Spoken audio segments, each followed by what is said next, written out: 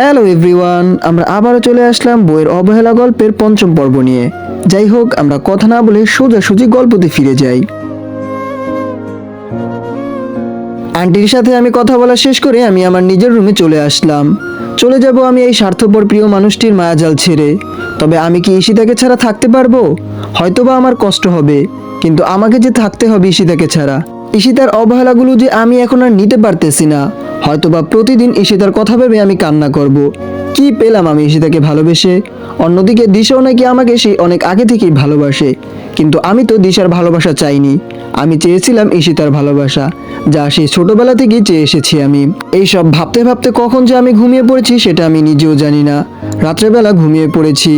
এরপরে সকালবেলা ঘুম থেকে উঠে নাস্তা করে যে কলেজে যাওয়ার জন্য রেডি হয়ে পড়লাম। আজকে কলেজে যাওয়ার কোনো ইচ্ছা ছিল না আমার, তবুও দিশার জন্য আমার কলেজে যেতে হবে। কলেজে এসে আমি সোজাসুজি ক্লাসরুমে ঢুকে গেলাম। ক্লাসে গিয়ে আমি দিশার জন্য অপেক্ষা করতে লাগলাম, কিন্তু দিশাকে আমি কোথাও দেখতে পেলাম না।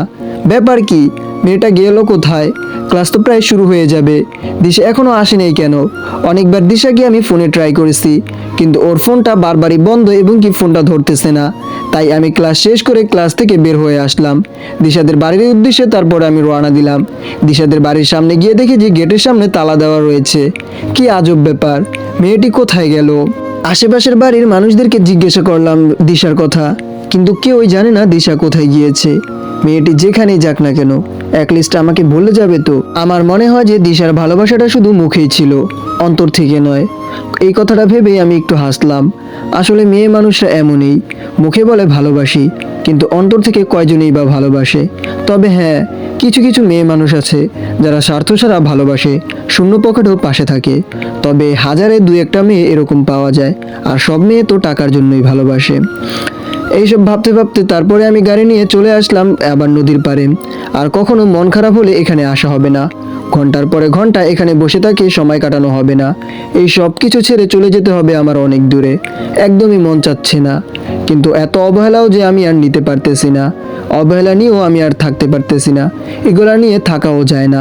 নদীর পাড়ে কিছুক্ষণ বসে সময় কাটিয়ে নিলাম।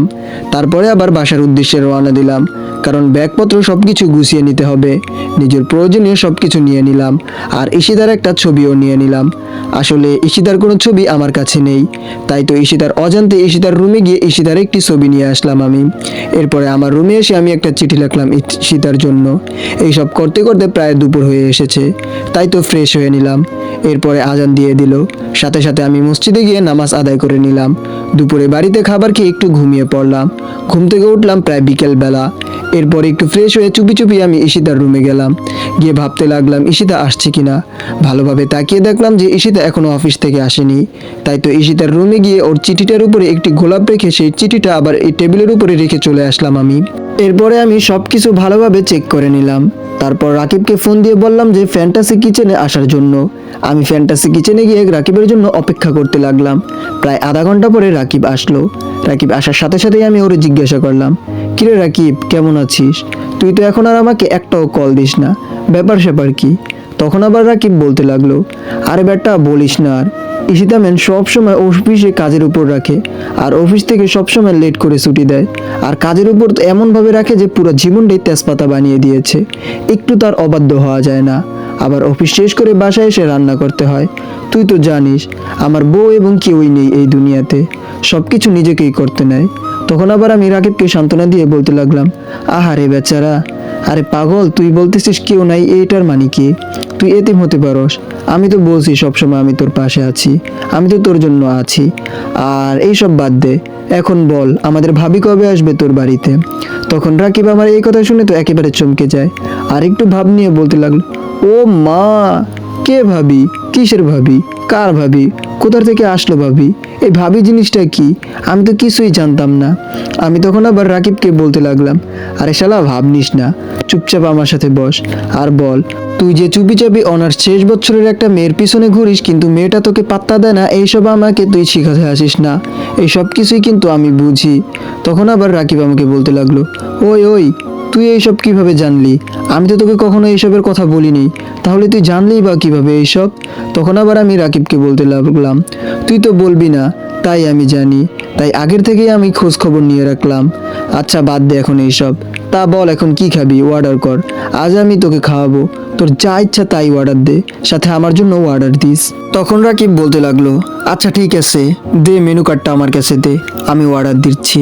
তারপরে রাকিব একটি ওয়েটারকে ডেকে অর্ডার দিল। কিছুক্ষণ পরে আমাদের খাবারগুলো চলে আসলো। আমরা খাবারগুলো খেয়ে নিলাম।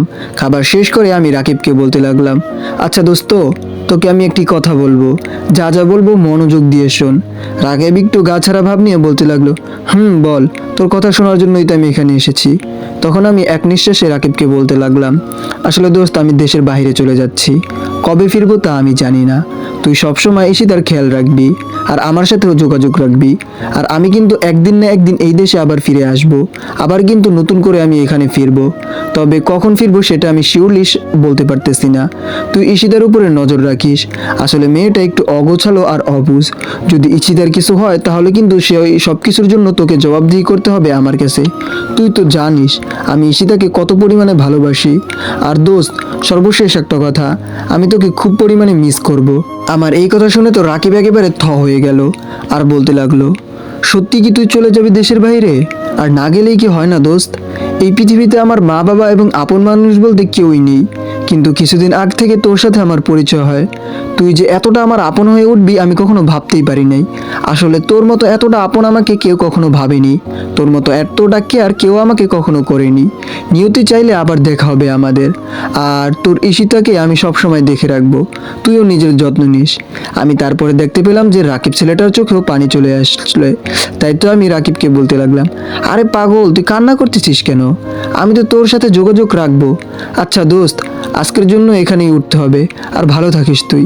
রাকিব এখন আমাকে বিদায় দিয়ে বলতে লাগলো, তুইও ভালো থাকিস। আর দোস্ত, তোকে আমি খুব পরিমাণে মিস করব। তুই আমাকে ভুলে যাস না, সবসময় তুই আমার সাথে যোগাযোগ রাখিস আর আমাকে মনে রাখিস। আমি বললাম, দোস্ত, আমিও তোকে মিস করব। এরপরে আমি বাসায় চলে আসলাম। প্রায় বাসায় আসতে আসতে সন্ধ্যা হয়ে এসেছে। সেই সময় আমার পুরনো সেই স্মৃতিগুলো মনে পড়ে গেল। সব কিছু চোখের সামনে ভেসে উঠেছে। কত অবহেলা নিয়ে কাটিয়েছি দিনগুলো। হয়তোবা আমি চলে গেলে ঈশিতার কিছুই আসবে যাবে না। ঈশিতা তো আমাকে একেবারে ভালোই বাসে না, তাহলে আমার অনুপস্থিতিতে ওর কি হবেই বা কি আসবেই। গভীর রাত তখন প্রায় 12টা। আমি ঘুমিয়ে আছি। হঠাৎই আমার ফোনটা আওয়াজ করে উঠল। ফোনের আওয়াজে আমার ঘুমটা ভেঙে গেল। মোবাইলের স্ক্রিনে তাকিয়ে দেখি দিশার নাম্বার। তাড়াতাড়ি আমি ফোনটা রিসিভ করলাম, আর আমি তাড়াহুড়ো করে দিশাকে জিজ্ঞাসা করতে লাগলাম, হ্যালো দিশা, কোথায় ছিলে তুমি সারাদিন আজকে? ফোনের ওপাশ থেকে দেখলাম যে কোনো শব্দ আসছে না, কোনো একেবারেই নির্চুপ। তাই তো আমি দিশাকে আবার বলতে লাগলাম, হ্যালো দিশা, কি হয়েছে? তুমি জানো আজকে কতবার আমি তোমাকে ফোনে ট্রাই করেছি, কিন্তু তুমি তো ফোন রিসিভ করতেছো না। কেন তুমি আমার ফোন রিসিভ করতেছো না? কি হয়েছে তোমার? তুমি চুপ করে আসো কেন? ফোনের ওপাশ থেকে দেখলাম যে ফুপিয়ে ফুপিয়ে কান্নার শব্দ আসতেছে। এবার তো আমার মনের ভিতরে ভয় লাগতেছে। তাই তো আমি দিশাকে আবার জিজ্ঞাসা করলাম, কি হয়েছে দিশা? চুপ করে আসো কেন? তোমার জন্য আমি তোমার বাড়িতেও গিয়েছিলাম, কিন্তু দেখলাম যে বাড়িতে দরজায় তালা দেওয়া। কোথায় ছিলে তুমি? আর তোমার উত্তরটা তো আমার এখনো দেওয়া হলো না। তুমি কি তোমার উত্তরটা নিবে না নাকি? হঠাৎ দেখলাম যে ফোনটা কেটে গেল। বুঝলাম না মেয়েটা হঠাৎ উধাও হয়ে গেল কোথায়। আসলে দিশা মেয়েটি কি আজব মানুষ, তাই না? হঠাৎ কোথাও উধাও হয়ে গিয়েছে সেটাও আমি জানি না। আবার ফোন দিয়ে কোনো কথাও বলতেছে না, শুধু কান্নাই করে যাচ্ছে। মেয়েটার জন্য ভীষণ খারাপ লাগতেছে আমার। কি এমন কারণ ছিল যার কারণে মেয়েটি আমার থেকে দূরে চলে গেল? আর মেয়েটা এটাও জানে না যে আমি দেশের বাইরে চলে যাচ্ছি। এরপরে আমি ফোনটা অফ করে আবার ঘুমিয়ে পড়লাম, কারণ কালকে সকালে 8:30 সময় আমার ফ্লাইট। তাড়াতাড়ি আবার আমাকে উঠতে হবে। খুব সকালবেলায় আমার ঘুম ভেঙে গেল। আমি তাড়াতাড়ি উঠে ফ্রেশ হয়ে নামাজ পড়তে মসজিদে চলে গেলাম। নামাজ পড়ে বাড়িতে ফিরে আসলাম। আন্টির রুমের পাশ দিয়ে উপরে যাওয়ার সময় আন্টি আমাকে ডাক দিলেন। আমি গিয়ে আন্টির পাশে বসলাম। আন্টি তখন নামাজের বিছানায় বসেছিলেন। আমি ওনার কাছে গিয়ে বসতেই আন্টি আমার কপালে একটি চুমু দিলেন। তখনই আমি একটু মুচকে হাসলাম আর আন্টিকে বলতে লাগলাম, আন্টি, কিছু কি বলবে নাকি আমাকে? যদি কিছু বলার থাকে তাহলে বলো এখনই। আন্টি তখন বলতে লাগলো, বাবা, কিছু বলার জন্যই তো তোকে আমি ডাক দিলাম। চলে তো যাচ্ছিস আমাদেরকে ছেড়ে, এই দেশ ছেড়ে। শেষবারের মতো না হয় তোকে আমি নিজ হাতে খাবার খাইয়ে দেই। কখনো আর এরকম সময় হবে কিনা তোকে খাইয়ে দেওয়ার সেটা আমি জানি না। তুই কি খাবি না আমার হাতে এই শেষবারের মতো? আমি তখন আন্টিকে বললাম, আন্টি, আমি খাবো তোমার হাতে। তুমি খাবার তৈরি করো, আমি নিচে আসতেছি। তারপরে আমি আবার আমার রুমে চলে গেলাম। আমার রুম থেকে ফ্রেশ হয়ে আমি আবার নিচে চলে আসলাম খাবার খাওয়ার জন্য। এরপরে আন্টি আমাকে নিজ হাতে সব কিছু খাবার খাইয়ে দিল। আমি চুপচাপ সবগুলো খাবার খেয়ে নিলাম। আর কখনো আন্টির হাতে এভাবে খাওয়া হবে কিনা সেটা আমি জানি না। খেয়ে তারপরে আবার আমি আমার রুমে চলে আসলাম। এরপরে সব কিছু ভালোভাবে প্যাক করে নিলাম। এই সব কিছু করতে করতে প্রায় 7:30 বেজে গিয়েছে। আমি ধীরে ধীরে ঈশিতার রুমের সামনে গেলাম। অবাক হওয়ার বিষয় হলো যে ঈশিতার রুমের দরজাটা এখনো খোলা। আমি হালকা একটু উকি দিলাম, ঘরে তো কেউই নেই। চিঠিটা এখনো সেই টেবিলের উপরই পড়ে রয়েছে। শেষবারের মতো ঈশিতাকেও দেখা হলো না আমার। এরপরে আমি ঈশিতার সাথে দেখা না করেই গাড়ি নিয়ে এয়ারপোর্টের উদ্দেশ্যে বের হয়ে পড়লাম। আমার সাথে আঙ্কেল এবং আন্টিও যাচ্ছেন আমাকে এগিয়ে দিতে। খেয়াল করলাম আন্টি পুরো রাস্তা মন খারাপ করে বসে রয়েছেন। গাড়ি এসে থামলো এয়ারপোর্টের সামনে। এরপরে আমি আঙ্কেলের কাছ থেকে সবকিছু বুঝে নিলাম। আমি আসার সময় খেয়াল করলাম যে আন্টি এখনো কান্না করতেছে। তাই তো আমি আন্টির কাছে গিয়ে আন্টিকে বলতে লাগলাম, আন্টি তুমি যদি এরকম ভাবে কান্না করতে থাকো তাহলে আমি যাবো কিভাবে বলো তো? আমার এই কথা শোনার পরে আন্টি নিজের চোখের পানি মুছে নিলেন। তারপরে আমি আন্টির আরেকটু কাছে এগিয়ে গিয়ে আন্টিকে বলতে লাগলাম, সময় মতো ওষুধ খেয়ে নিবে, নিজের প্রতি যত্ন নিবে, আর আঙ্কেলকে সবসময় দেখে শুনে রাখবে। আর সর্বশেষ একটা কথা আন্টি, আমি কিন্তু প্রতিদিন তোমার সাথে কথা বলবো, তবে এই কথা যেন ঈশিতা জানতে না পারে কোনোভাবেই। আমার কথাগুলো শুনে আন্টি মাথা নামিয়ে নিল আর মাথা নাড়ল। এরপরে আমি ওদের কাছ থেকে বিদায় নিয়ে এয়ারপোর্টের ভিতরে চলে গেলাম। আর কখনো দেখা হবে কিনা সেটা আমার জানা নেই।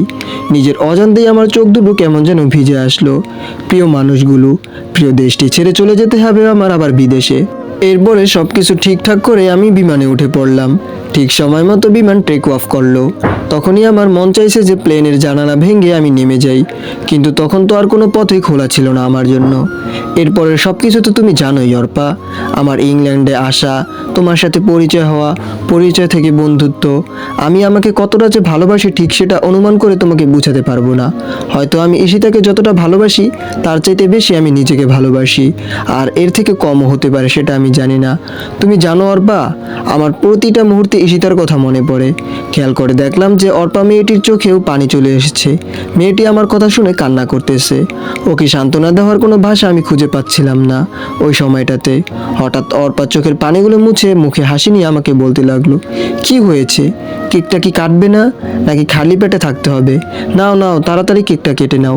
এরপরে আমি কেকটা কাটতে লাগলাম আর বলতে লাগলাম, happy birthday to you, happy birthday to you. এরপরে কেকটা কেটে অর্পাকে খাইয়ে দিলাম। আমি আর নিজেকে সামলাতে পারতেছিলাম না, বুক ফেটে আমার কান্না আসতেছিল। তাই আমি নিজে অর্পাকে সাথে রেখে আমি নিচে চলে আসলাম। আজ ঈশিতার জন্মদিন ছিল। আমি এই দেশে এসেছি আজ প্রায় 5 বছর হয়ে গেল। প্রতি বছরই ঈশিতার জন্মদিন পালন করি আমি আর অর্পা। অর্পা মেয়েটা হচ্ছে যে আমার কলিগ, আমরা একই অফিসে কাজ করি। মেয়েটাও বাঙালি। অর্পা এই দেশে আসছে ওর আব্বু আম্মুর কারণে। ওদের মাঝখানে নাকি কোনো মিল নেই, সারাদিন নাকি ঝগড়া করতেই থাকে। তাই অর্পা রাগ করে ওদেরকে ছেড়ে এখানে চলে এসেছে। মেয়েটি বাঙালি হওয়ার কারণে মেয়েটির সাথে আমি বন্ধুত্ব করে নিলাম। এরপর থেকে নাকি মেয়েটি আমাকে ভালোবেসে ফেলেছে। আমি জানি প্রিয় মানুষটিকে না পাওয়ার কষ্টটা কত পরিমাণে হতে পারে, কি পরিমাণে কষ্ট বুকে জমে থাকে প্রিয় মানুষটাকে না পাওয়ার। যদি আমার কোনো পিছুটান না থাকতো তাহলে আমি অর্পাকে আপন করে নিতাম। প্রতিটি বছরই আমি ঈশিতার জন্মদিন পালন করি অর্পার সাথে। আর এই প্রতি বছর ঈশিতার জন্মদিন যখন আমি পালন করি তখন অর্পা আমার কাছ থেকে আমার আর ঈশিতার গল্প শুনতে চাইতো। তাই আমি আমার জীবনের সব ঘটনা অর্পাকে আজকে বলে দিলাম। আমার কথা শুনে অর্পা একদমই কান্না করে দিল। এরপরে আমিও আমার রুমে এসে কান্না করতে লাগলাম। ঈশিতার সাথে আমার আর এই জীবনে কখনো দেখা হবে কিনা সেটা আমি জানি না। তখনই দরজার ওপাশ থেকে অর্পা আমাকে ডাকতে লাগলো আর বলতে লাগলো, এই সিজান, এই সিজান, দরজা খুলছো না কেন? এভাবে দরজা আটকে রাখছো কেন? কি হয়েছে তোমার? ছাদ থেকে তুমি এভাবে চলে আসলো কেন? তাড়াতাড়ি দরজা খুলো বলতেছি তোমাকে। তোমার জন্য আজকে আমি নিজ হাতে রান্না করে নিয়েছি। তুমি কি আমার রান্না করা খাবার খাবে না নাকি? দরজা খুলতে বলতেছি কিন্তু সিজান। তখন আমি অর্পাকে বলতে লাগলাম, অর্পা আমি এখন আর কোনো কিছু খাবো না, আমার ক্ষুধা নেই, তুমি এখন এখান থেকে চলে যাও। তখন আবার অর্পা রাগে একটু চিৎকার করে বলে উঠলো, ওই তোরে দরজা খুলতে বলতেছি, তুই তাড়াতাড়ি দরজা খোল। তাড়াতাড়ি যদি দরজা না খোলোস তাহলে কিন্তু তোর খবর আছে, একেবারে আমি তোর মাথা ফাটিয়ে দিব কিন্তু। আমি তো অর্পার এই কথা শুনে একেবারে ভয় পেয়ে গেলাম, তাই তো তাড়াতাড়ি দরজা খুলে দিলাম। কি আজব মেয়ে রে বাবা, আমাকে সামান্য জিনিসের জন্য কি পরিমাণে ঝাড়ি দেয় সেটা কি ভাবা যায়? তখনই আবার অর্পা বলতে লাগলো, ওই সিজান, ওই তোর সমস্যা কি? খাবি না কেন? তোর জন্য আমি কত কষ্ট করে রান্না করলাম, আর এখন তুমি কি চাও তুমি না খেলে আমি এই খাবারগুলো ফেলে দেই? তখন আমি অর্পাকে বলতে লাগলাম, না না, এত কষ্ট করে যেহেতু রান্না করেছে তাহলে ফেলে দেওয়ার কোনো দরকার হবে না, তুমি খাবারটা দাও, আমি খেয়ে নিচ্ছি। তখন আবার অর্পা আমাকে করুণ দৃষ্টিতে বলতে লাগলো, সিজান, একটা কথা বলবো, প্লিজ তুমি আমার কথাটা রাখবে? তখন আমি অর্পাকে বলতে লাগলাম, আরে বলো, সমস্যা নাই, আমি তোমার সমস্ত কথাই রাখবো। আর যদি বেস্ট ফ্রেন্ডের কথা রাখতে না পারি তাহলে কিসের বেস্ট ফ্রেন্ড হলাম সেটা বলো তো? তখন আবার অর্পা বলতে লাগলো, এই তো ঠিক আছে, আমি তোমাকে আমার নিজ হাতে খাইয়ে দিই, প্লিজ তুমি আজকের জন্য আমার হাতে খাবারটা খেয়ে নাও। আর কখনো এই সুযোগ হবে কিনা সেটা আমি জানি না, শুধু একবার প্লিজ, তুমি না করো না প্লিজ। কি খাবে তো আমার হাতে? আমি অর্পাকে বললাম, সমস্যা নেই, তুমি খাবার খাইয়ে দাও এখন আমাকে। এরপরে আমাকে অর্পা খাবার খাইয়ে দিতে লাগলো। মেয়েটি আমাকে যে কি পরিমাণে ভালোবাসে সেটি আমি আপনাদেরকে বলে বোঝাতে পারবো না। আমি তো মেয়েটির ভালোবাসা দেখে একেবারে অবাক হয়ে যাচ্ছি। শুধুমাত্র আন্টি ছাড়া আমাকে কেউ এরকমভাবে ভালোবাসেনি, আর আজকে অর্পা আমাকে ভালোবাসতেছে, তারপরে নিজের হাতে খাবার খাইয়েও দিচ্ছে। খাবার শেষ করে আমি উঠে সোফায় গিয়ে বসে পড়লাম। এরপরে অর্পা এসে আমার পাশে বসলো আর বলতে লাগলো, সিজান, তোমার কাছে আমি একটা জিনিস চাইবো, তুমি দিবে প্লিজ? তখন আমি অর্পাকে আবার বলতে লাগলাম, বলো, তুমি আমার কাছে কি চাও, আমি তোমাকে দিতে চাইবো। অর্পা তখন একটু কান্না কান্না দৃষ্টিতে বলতে লাগলো, আমি তোমাকে একটিবার জড়িয়ে ধরতে চাই, প্রেমিকা হিসাবে না, বেস্ট ফ্রেন্ড হিসাবে আমি তোমাকে জড়িয়ে ধরতে চাই, প্লিজ সিজান, তুমি না করো না, তোমাকে তো আর আমার পাওয়া হবে না, কিন্তু একটু জড়িয়ে ধরতে তো পারি, তাই না? এটা বলেই মেয়েটি কান্না করে দিল। আমি তো মেয়েটির এইসব কথা শুনে একেবারে হতবাক হয়ে গেলাম। তাই তো আমি অর্পাকে অনুমতি দিলাম আমাকে জড়িয়ে ধরার জন্য, আর বললাম, ধরতে পারো, কোনো সমস্যা নেই। এটা বলার সাথে সাথে মেয়েটি এসে আমাকে জড়িয়ে ধরলো আর সাথে সাথেই কান্না করে দিল। আমি কিছু বলছি না, কি বলবো আমি? আমার কাছে তো অর্পার এগুলোর কোনো উত্তরই নেই। আমি শুধু অর্পার মাথায় হাত রাখলাম। মেয়েটা আমাকে কত ভালোবাসে, কিন্তু আমি তো ওকে আর ভালোবাসতে পারবো না, কারণ আমি তো শুধু ঈশিতাকেই ভালোবাসি, আর কাউকে ঈশিতার স্থানটা আমি দিতে পারবো না। এরপর অর্পা আমাকে ছেড়ে কান্না করতে লাগলো, আর কান্না করতে করতে আমার রুম থেকে সে চলে গেল। আমি আর কোনো কিছু না ভেবে ঘুমিয়ে পড়লাম ওই সময়টাতে। চিন্তা করলাম পরশু আবার আমি দেশে ফিরে যাব।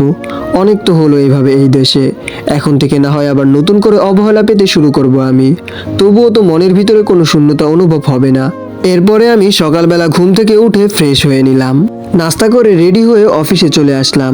সারাদিন অফিসে কাজ করে আবার বাসায় চলে আসলাম। অফিস থেকে আসার সময় অর্পাকে আমি বলে দিলাম কালকে আমি বাংলাদেশে ফিরে যাচ্ছি, ও যদি আমার সাথে যেতে চায় তাহলে আমার সাথে যেতে পারে। আমার কথা শুনে তো অর্পা খুশিতে রাজি হয়ে গেল। এরপরে সকালবেলা সবকিছু আমরা গুছিয়ে নিলাম। অর্পাকে নিয়ে আমি এয়ারপোর্টেও চলে আসলাম। এয়ারপোর্টে এসে সবকিছু চেক করে শেষ করলাম। সবকিছু চেক করে আমাদেরকে বিমানে যাওয়ার জন্য অনুমতি দেওয়া হলো। প্লেনে যথাসময়ে চলতে শুরু করলো। প্রায় 4 ঘন্টা প্লেন জার্নি হওয়ার পরে প্লেনটা বাংলাদেশে এসে থামলো। নিজের দেশের মাটিতে পা ফেলতে সমস্ত ক্লান্ত যেন দূর হয়ে গেল। এরপরে একটা গাড়ি নিয়ে আমি আর অর্পা আন্টিদের বাসার সামনে চলে আসলাম। সেই চিরচেনা বাসাটা। দরজার সামনে দাঁড়িয়ে কলিং বেল চাপ দিলাম। একটু পরে আন্টি এসে দরজা খুলে দিল, আর আমাকে দেখে তো আন্টি একেবারে ভীষণ পরিমাণে অবাক হয়ে গেল।